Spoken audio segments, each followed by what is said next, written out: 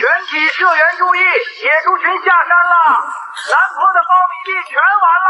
汉卿，你慢点，爹在地里呢。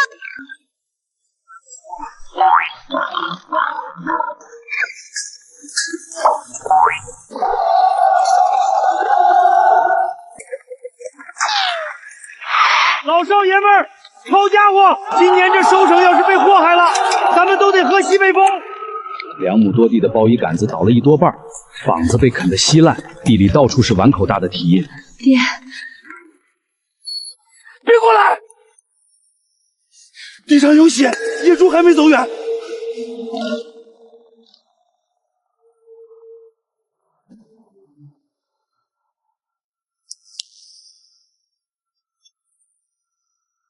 都别动！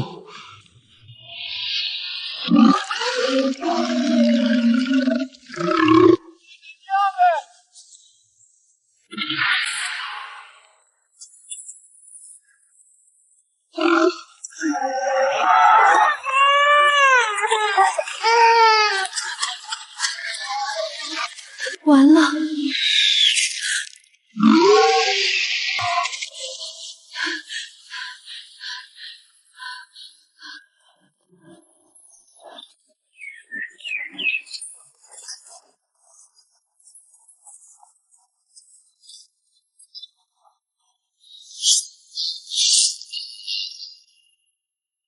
寒山野，你咋在这儿？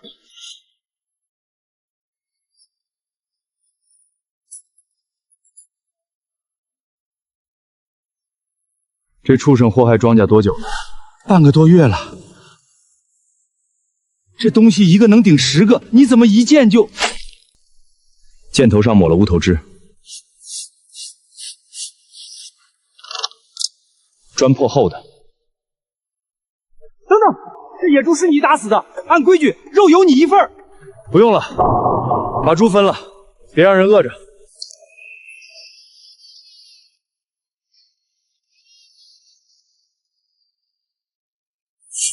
这个人不是二流子，靠山屯的人对寒山野的印象是从3年前开始变坏的。3年前，他爹寒老烈进山打熊，一去不回。那年寒山野才19，一个人进山找了7天7夜，最后只找回一截被啃得面目全非的腿骨。从那以后，这小子就像变了个人。生产队派工，他不去，说要进山修水渠、挖水库、收庄稼，他全都推了，整天背着那张破工往深山老林里钻。不务正业的二料子，生产队扣了他整整1年的工分。看见没？那就是不听话的下场。有手有脚的，整天在山里瞎转悠，能有什么出息？他爹就是被山给吃了，他还不长记性。寒山也从不在乎，他住在村东头半山腰上的一间土坯房里，那是他爹留下的老房子。屋里除了炕和桌子，就剩一张弓、一壶箭，还有满墙的兽皮和药材。每天天不亮，他背着弓进山，天黑了才回来。打野猪王那天晚上，做主把整头野猪分给了全村的社员，他特意让人留了一条后腿装在里。去吧，他救了你的命，总得谢谢人家。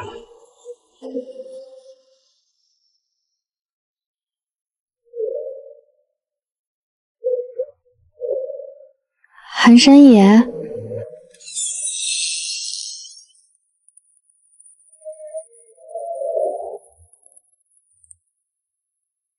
沈曼青把麻袋放在桌上，正要走，余光瞥见炕头放着一个木头匣子，他好奇地抽出来一看，是一封信，上面写着关于大兴安岭地区野生动物资源保护的建议，落款是寒山野，日期是去年冬天。信的内容让他愣住了，这个被全村人骂作二流子的人，居然在信里详细记录了靠山屯周边山林里野生动物的种类、数量和分布，还提出要划定保护区，限制滥捕、轮换狩猎。这封信的收件人写的是省林业厅。他想起去年冬天，山里的狼不能打光，打光了兔子就泛滥，兔子泛滥了庄稼就全完。你是个什么东西？狼是你爹啊！结果今年开春，田里的野兔果然多了10倍不止，刚种下去的庄稼苗被啃了一大半。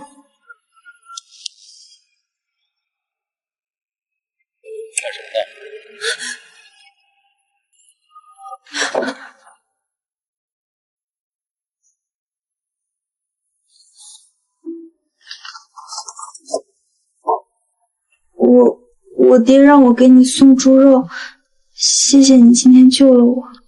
不用谢，顺手的。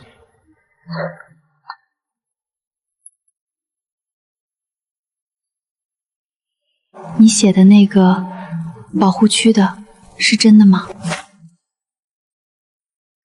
你看到了？我不是故意的，就是不小心看到的。喝吧，刚煮的。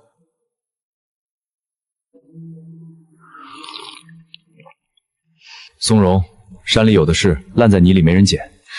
这能卖钱吗？你知道这东西在城里多少钱一斤？供销社不收，但黑市上一斤能换1袋白面。多少？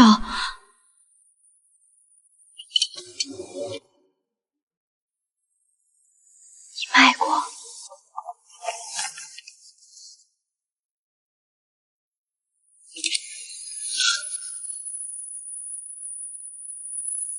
这是去年秋天采的松茸，托人带到哈尔滨卖的。带我去。山里危险，我不怕。有熊，你打得过。有毒蛇，你认得。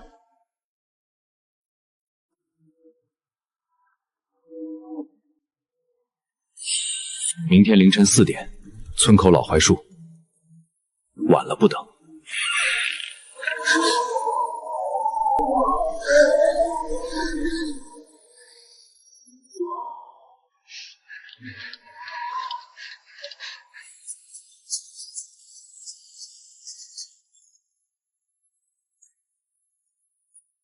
穿这么少？我穿了3条裤子了，裤子没用，腿要动起来。走吧。从村口进山，要经过一片白桦林，然后是乱石坡，再翻过一道山梁，才到真正的深山老林。路很难走，头半个小时，沈曼青还能勉强跟上。到了乱石坡，他就开始喘了，2条腿像灌了铅似的，每一步都得咬着牙。走不动了就说话。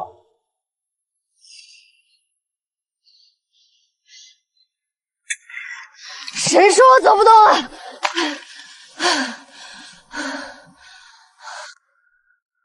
第一次进山就走这条路的，你是头一个。这条路的难走程度排第2。我爹当年带我走的时候，我走了一半就吐了。什么意思啊？那你为什么不带我走好走的路？好走的路人多，东西早被捡光了。吃吧，吃完还有3里地。你这饼子放了几天了？3天。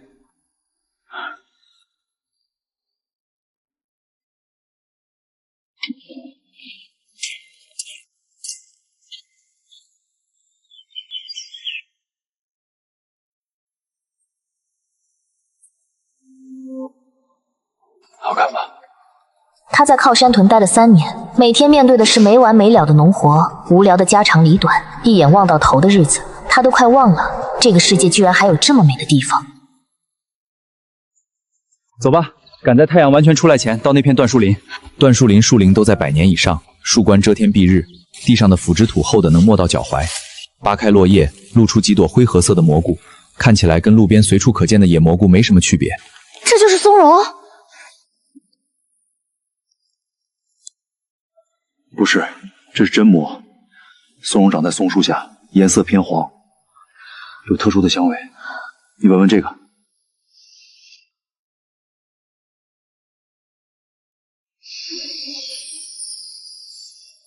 记住这个味道，松茸不长在明面上，大半埋在土里。你闻到了就刨，刨到了就是宝。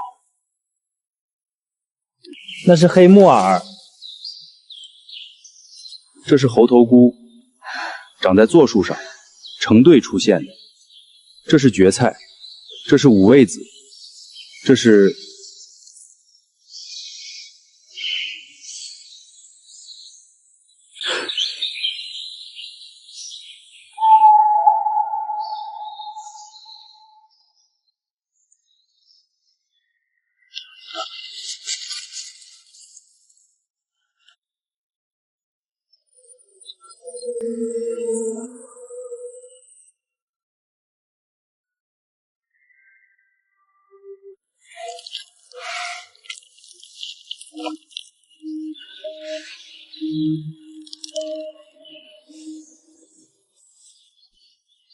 怕了？不怕，他走了就走了。他要是冲我们来呢？那你就射他。走吧，该回去了。按他的消法，这些东西拿到黑市上去，最少能换30块钱。30块钱，他干1个月的农活，工分换算下来还不到10块钱。寒山爷，这些东西明明能换钱，你为什么不让村里人一起去采？告诉他们，不出3天，山就光了。山里东西就这么多，知道的人多了，谁都守不住。你回去也别跟任何人说。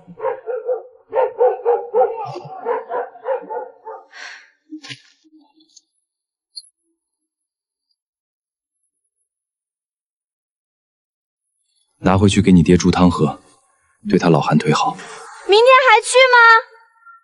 去。纸包不住火，连着跟进了7天山，村里人的闲话就传了7天。看见了没？村长家那丫头又去找那个二溜子了，沈德寿的脸都被丢尽了。你说他俩在山里干什么？孤男寡女的，嘘，小声点。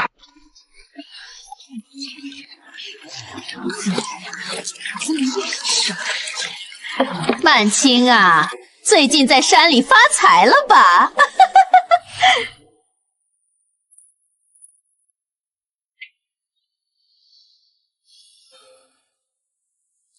爹，坐下。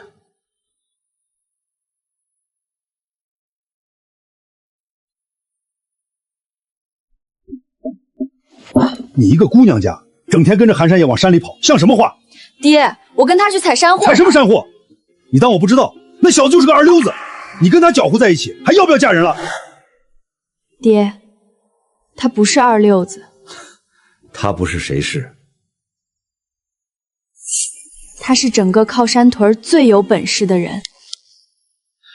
你，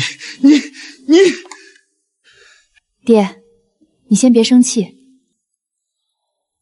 你知道这是什么东西吗？哼，松茸嘛，山里有的是。你知道这东西在城里值多少钱吗？3块。30。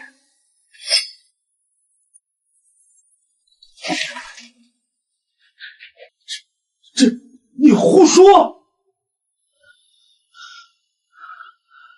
我没胡说，寒山野去年光靠卖这个就赚了100多块。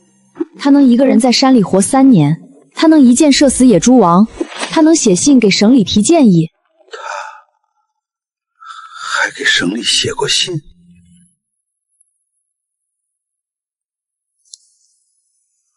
爹，寒山野不是二溜子，他是我们靠山屯的宝贝。你要是能听他的，说不定咱们全村都能富起来。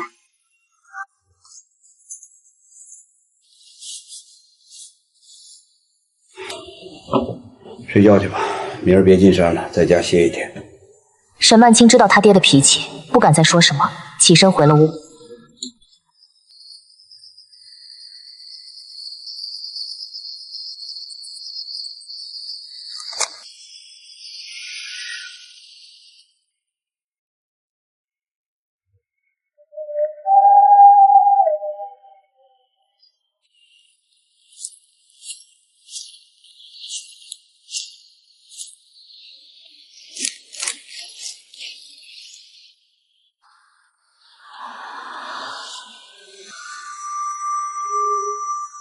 这要是拿到黑市上去，1朵就能换。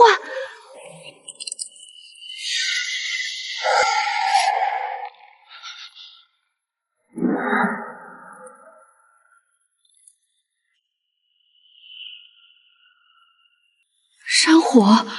不是，是人放的。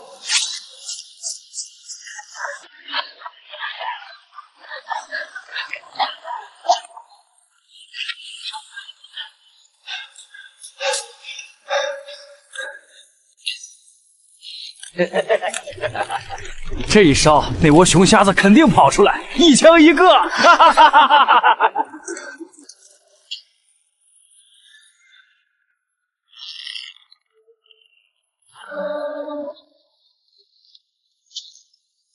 谁？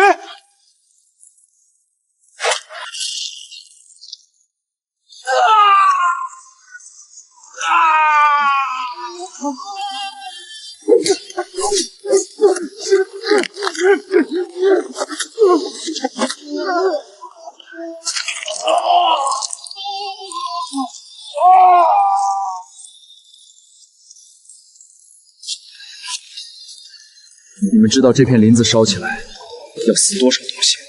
关你屁事儿！这山又不是你家的，老子想烧就烧。这山是活着的。听好了，这片林子不是你家的，也不是我家的，是山神爷的。你敢烧山，山神爷就敢收你。滚！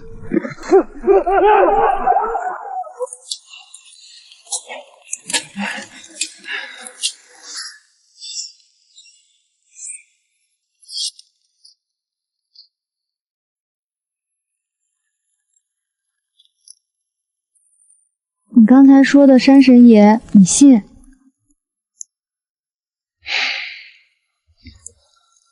信不信不重要，重要的是这片林子要是没了，靠山屯就没了。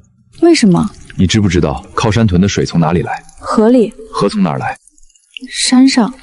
树根抓住土，土留住水，水汇成溪，水流成河。树没了，水就没了，水没了，地就干了，地干了，庄稼就种不活。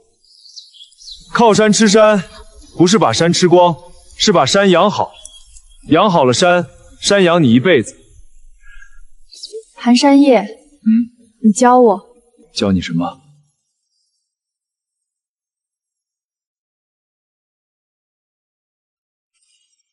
明天凌晨4点，老地方。接下来的1个月，沈曼青成了寒山野的徒弟。他的作息彻底变了，凌晨4点进山，傍晚回来，白天在山里学辨认植物、追踪野兽、判断天气，晚上回来整理笔记、晾晒山货。他手上的茧子一层叠一层，脸上晒得黑红黑红的。原先那点城里姑娘的娇气被山风吹得一干二净，但他乐在其中，因为寒山野教给他的东西比他在城里读的那些书有用100倍。你看地上的脚印，这是狍子留下的。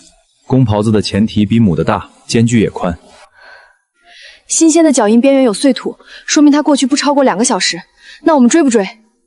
不追。那这个呢？野猪、毒猪。我们现在干什么？带你去找个好东西。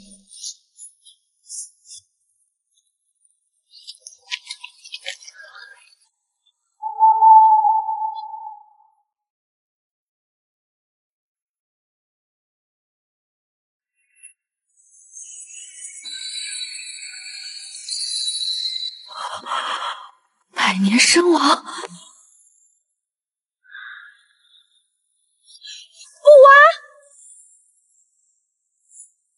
不挖。为什么？这要是拿去卖了，你一辈子都不用愁了。这株参王在这里长了至少100年，我挖了它，换来的钱花完了就没了。它留在这里，能长出更多的小参。那要等到什么时候？反正我活着时候不会动它。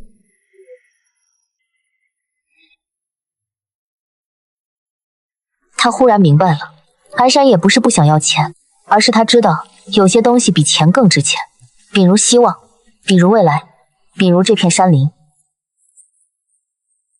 11月的第1场雪来得比往年都早。寒山也带着沈曼青进山收套子的时候，雪已经下了半尺厚。他们沿着山脊走了快2个小时，收了3只野兔，收获还算不错。怎么了？有血。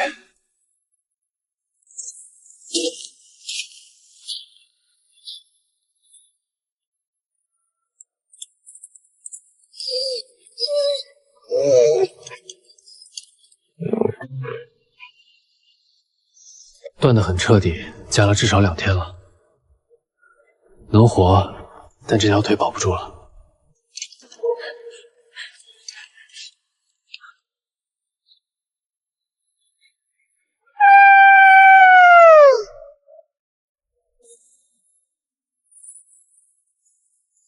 走吧，今天不收了。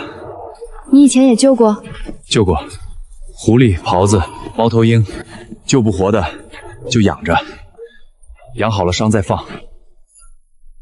寒山野，你这个人跟别人不一样。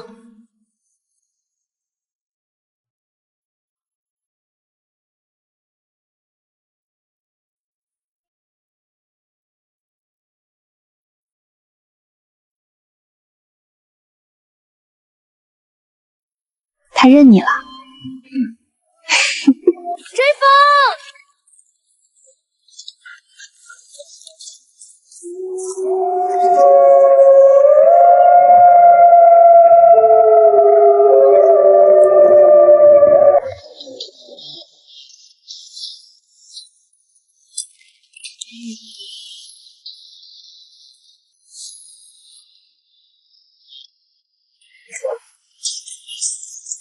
他看上了沈曼青，这事儿不是一天两天了。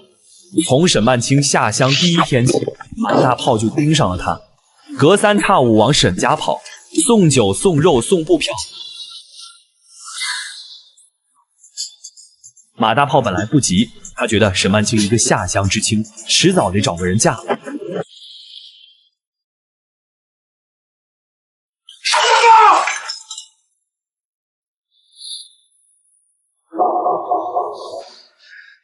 沈曼青跟那个二流子搞到一起了，可不是嘛！我亲眼看见，天天一起进山，傍晚才回来，孤男寡女的，你说能干什么好事？韩山野，你给我等着！建国来了，进屋坐。沈叔，我今天来是有件事想跟您商量。什么事儿？我想娶曼青。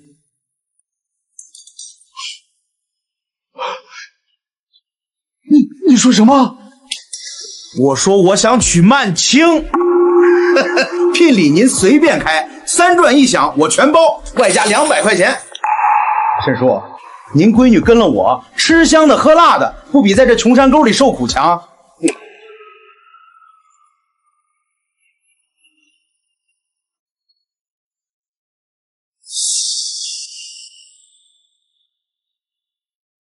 曼青呢？我得问她。您问她肯定害羞，您先点头，我再去找她谈。我说了，得问她。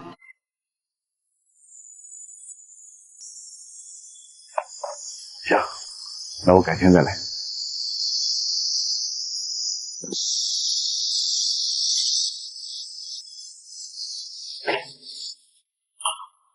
老东西！他做梦！我就算嫁猪嫁狗也不嫁他！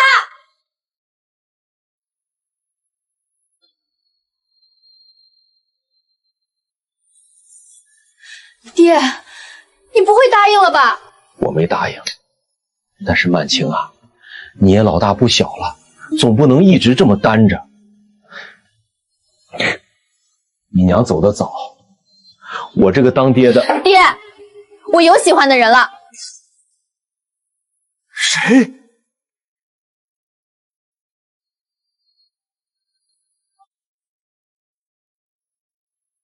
不会是寒山野吧？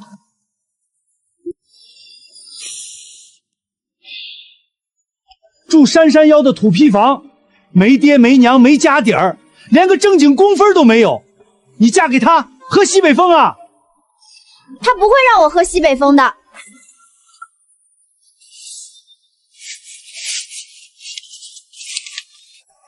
我记了账的，你算算。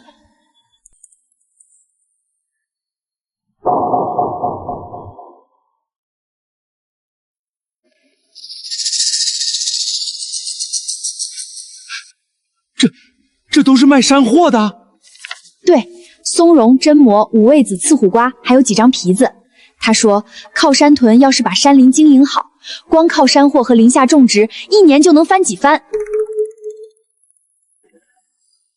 爹，现在上头不是说要农业学大菜吗？咱们靠山屯平地少，山地多，不如发挥自己的优势，搞林下经济。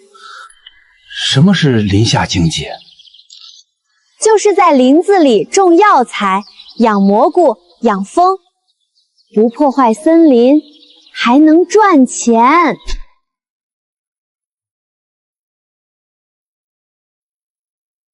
这些话是寒山野教你的？是他教我的，但他说的都对。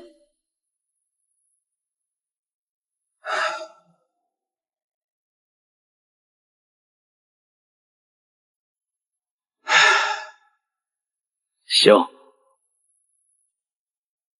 让他明天来一趟，我要跟他谈谈。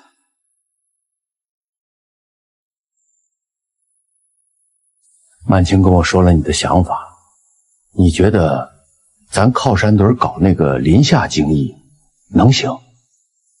能行，但不是现在。为什么？现在政策不允许。我看报纸上说，有些地方已经开始试点搞副业了。我觉得用不了多久，政策就会松动。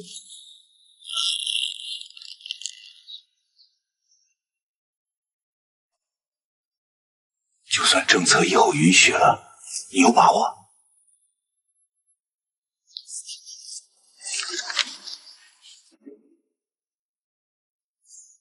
沈叔，你看，这是靠山屯周边的山林分布。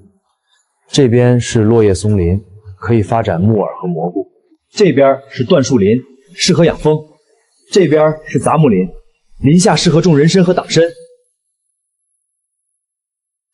这些都是你一个人画的？走了3年，画了3年，哪里有什么树，哪里有什么动物，哪里的土适合种什么，我闭着眼睛都能说出来。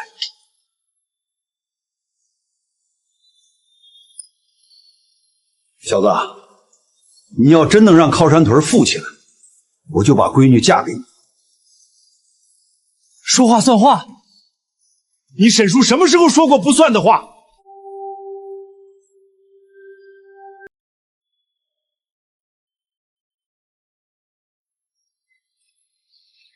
霍哥，没事儿。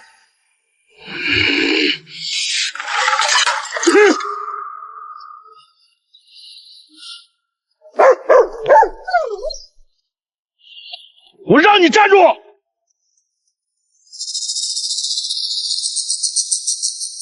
松手！撒手！撒手！撒手！有事说事。离沈曼青远点，他是老子看上的人。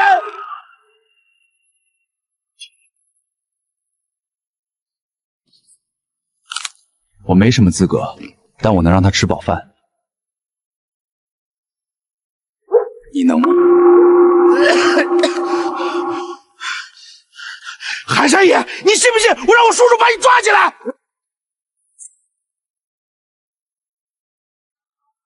第一，我用的是弓，不是枪，不违法。第二，我没破坏生产，我打的是害兽。第三，我挖的是野药材，不是生产队的粮食。你去告，我等着。你给我等着！前年他给省里写过信，要搞什么保护区，我压下来了。你小子能不能有点出息？一个女人都搞。好，就按叔叔说的办。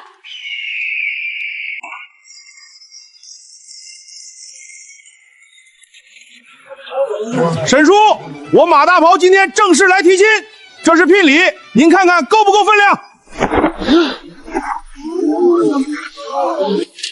这是承包荒山的意向书，只要我结婚，就让我承包南坡那片荒地，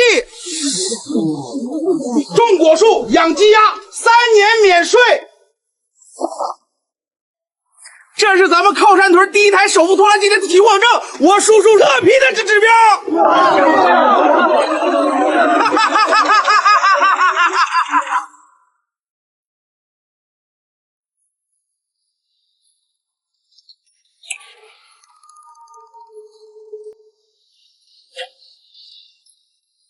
沈叔，您看这诚意够不够？不够。寒山野，你来干什么？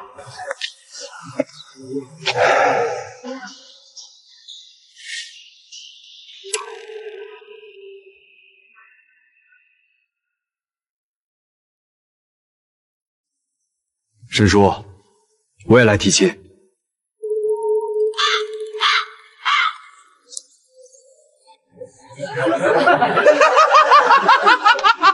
寒山爷，你拿什么提亲？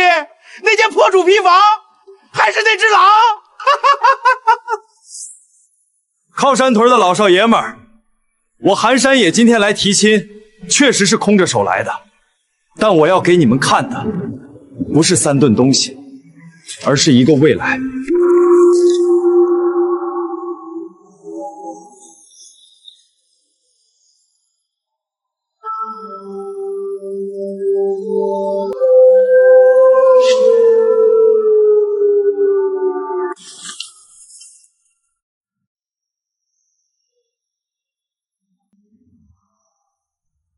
我用3年时间走遍了靠山屯，方圆50里，每一座山。这里适合养蜜蜂，1年能产上千斤椴树蜜。这里试种了1年人参、党参，成活率70%。白桦岭这上千亩的山林，咱们可以养鸡，鸡吃虫子，鸡粪肥林。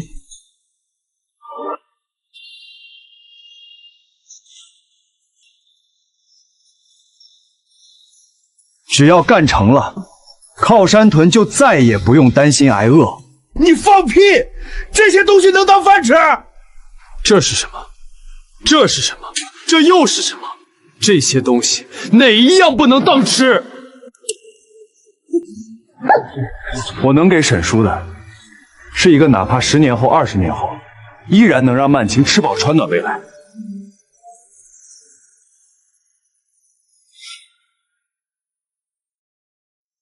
我现在确实什么都没有，但我有一双手，有一身本事，有一张地图。你给我3年时间，我把这张地图上的东西一桩一桩变成真的。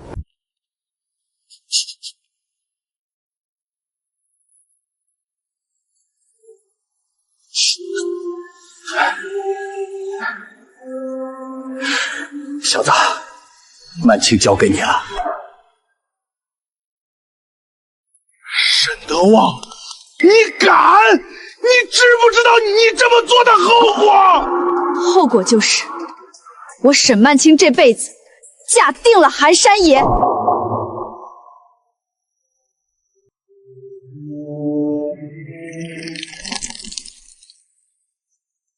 以后曼青是我寒山野的女人，更是这片金山的半面天。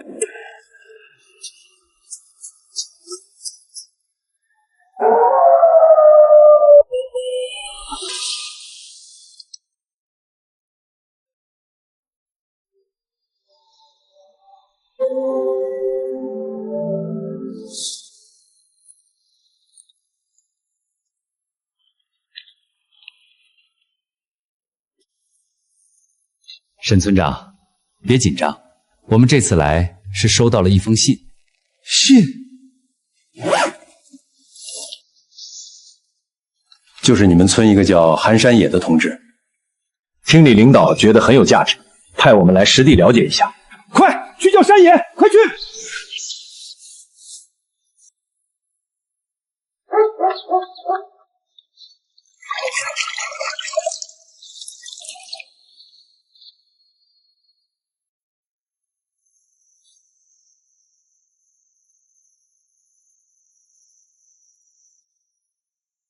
你就是寒山野？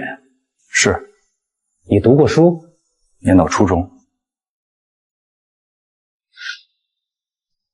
那你能不能带我们进山看看？好。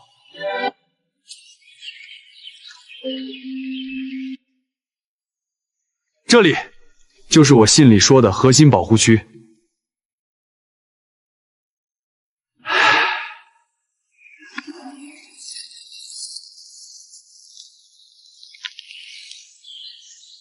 这是我去年试种的，3到5年就能有产出。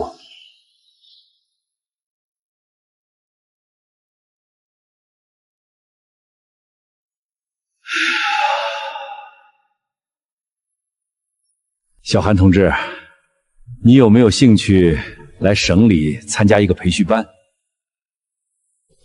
什么培训班？厅里新搞的项目，专门培养基层林业技术人才，学费全免，包食宿，每个月还有补贴。你要是愿意，回去后我给你办手续。我可以去，但我有个条件。培训班学的东西我要带回靠山屯，你让我学就要让我用，不能我学会了回来发现政策卡着不让干。政策要是不落地，我学了也白学。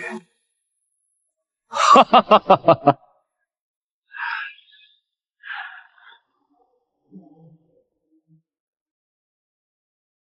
上面的风向变了，下面的政策很快也会变。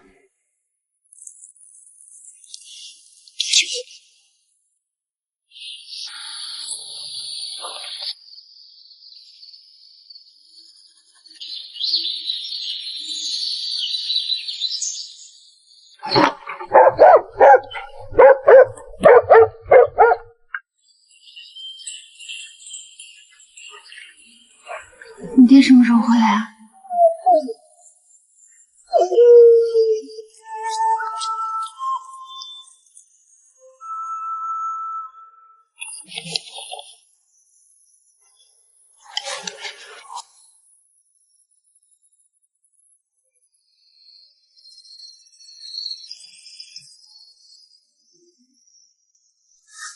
哎呦，曼青，你那个寒山野是不是在省城攀上高枝了？怎么还不回来呀？他攀不攀高枝儿，我都是他的，你管得着吗？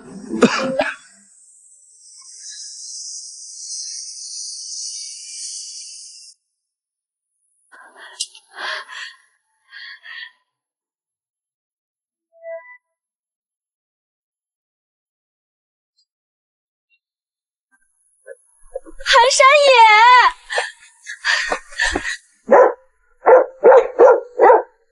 你怎么不提前说一声？说了你就不想我了吗？你学坏了。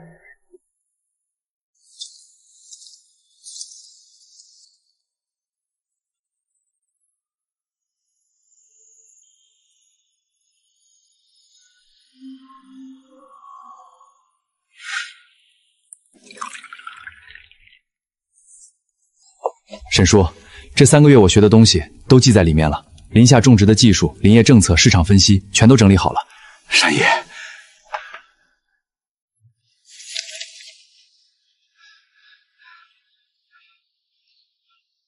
你说政策是不是真的要变了？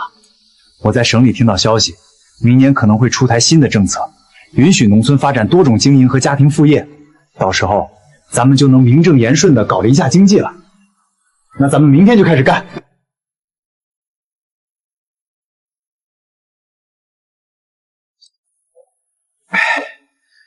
山野啊，你说，咱们要是真干起来了，马德海那边会不会使绊子？会，但咱们不怕。为什么？因为他使绊子的时间越长，靠山屯穷的时间就越长。等到所有人都知道是谁让咱穷的，他自己就坐不住了。行，干了，干了！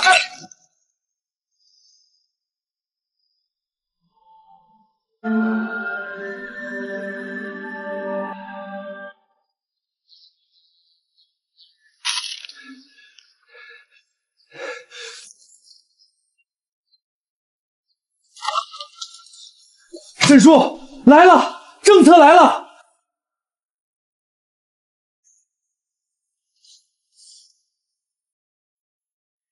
山野，你说，咱们从哪儿开始？从这里开始。老赵，你带人去左边那片林子，把风箱放稳了。老李，你去右边找那些向阳背风的地方。好嘞。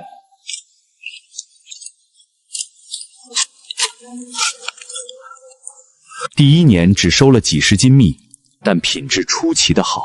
寒山野，你这蜜怎么卖的？我买了2斤回去泡水喝，我老婆说比供销社卖的强10倍。大哥，这是野蜂酿的椴树蜜，没掺一点糖水。多少钱1斤？1块。给我来10斤。好东西从来不愁卖。那是我们家山野的本事。什么你们家？还没过门呢。快了。那1年，靠山屯的蜂蜜收入超过了500块，金色的阳光洒满山坡。第2年是林下参，他在阴坡开了一片育苗地，每一次覆土都如同在完成一场神圣的洗礼。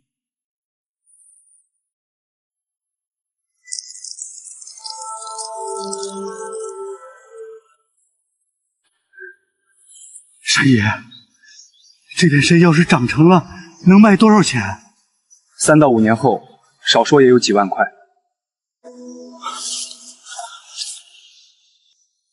第3年是木耳和蘑菇，寒山野带着社员们砍了几百根柞木段，架在林子里。到了夏天，木段上长满了黑黝黝的木耳，摘下来一晒，干了以后又黑又亮。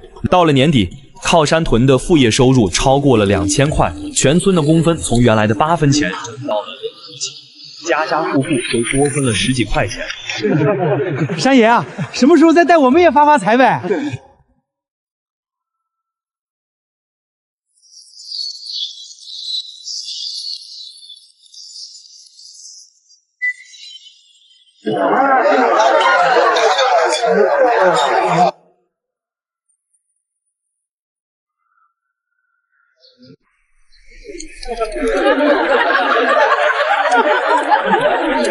哎呦，这狼还带花呢！寒山野的狼跟别人家的狗一样听话。山野，叔以前对不住你，说了不少难听话，你别往心里去啊。不会。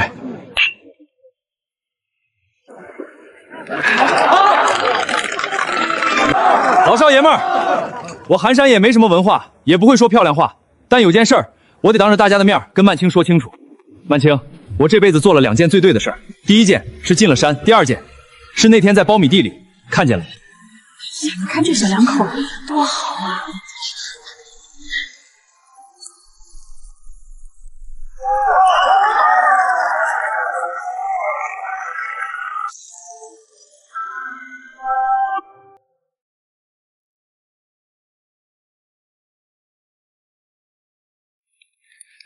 曼青，我寒山野对天发誓，这辈子一定让你过上好日子。曼青，嫁给我！嫁就嫁，谁怕谁？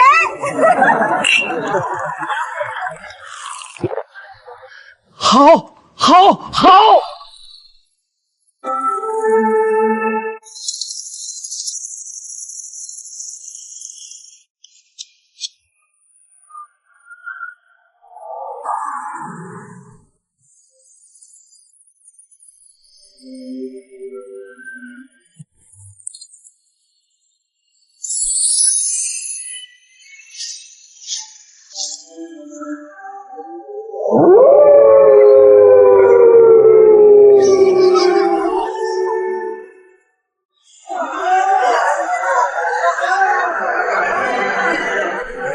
你坐下歇会儿，我来弄。女人家的活你就不要插手了。动了，这小子在踢我。你怎么知道是小子啊？万一是闺女呢？闺女更好，只要是你生的，什么都好。去，这么多人看着呢。老少爷们儿，今天是咱们靠山屯的好日子，林动产品加工厂第1笔大订单交付，这批货是送到省城外贸公司的，换回来的是实打实的外汇。3年前，山野跟我说要单方凤山辅佐，还半信半疑，心想一个20出头的毛头小子能有多大本事？现在我信了，这小子有本事、有良心、有远见。这杯酒不敬天，不敬地，敬这座山，不是山就没有今天。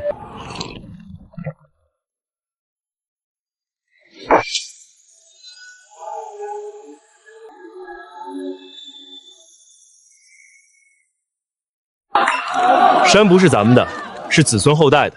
咱们从山里拿的每一分钱，都要还回去1分。种树、养山、护林，这是咱们靠山屯的规矩，一辈一辈传下去，谁也不能坏。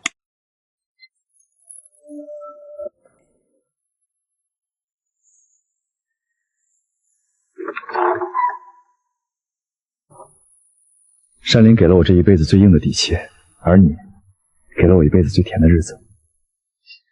寒山爷，你什么时候变得这么会说话了？一直都是，只不过以前没人听。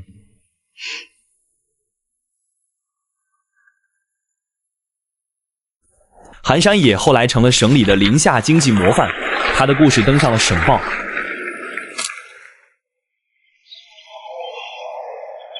沈曼青生了一对龙凤胎，儿子取名韩望山，女儿取名韩念青。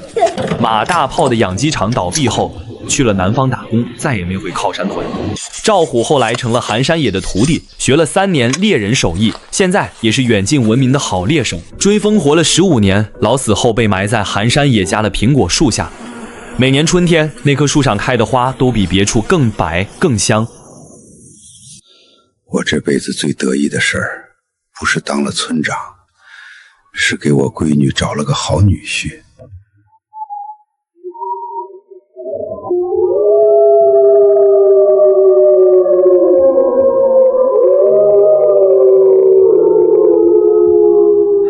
走吧，该干活了。山野，回家吃饭了。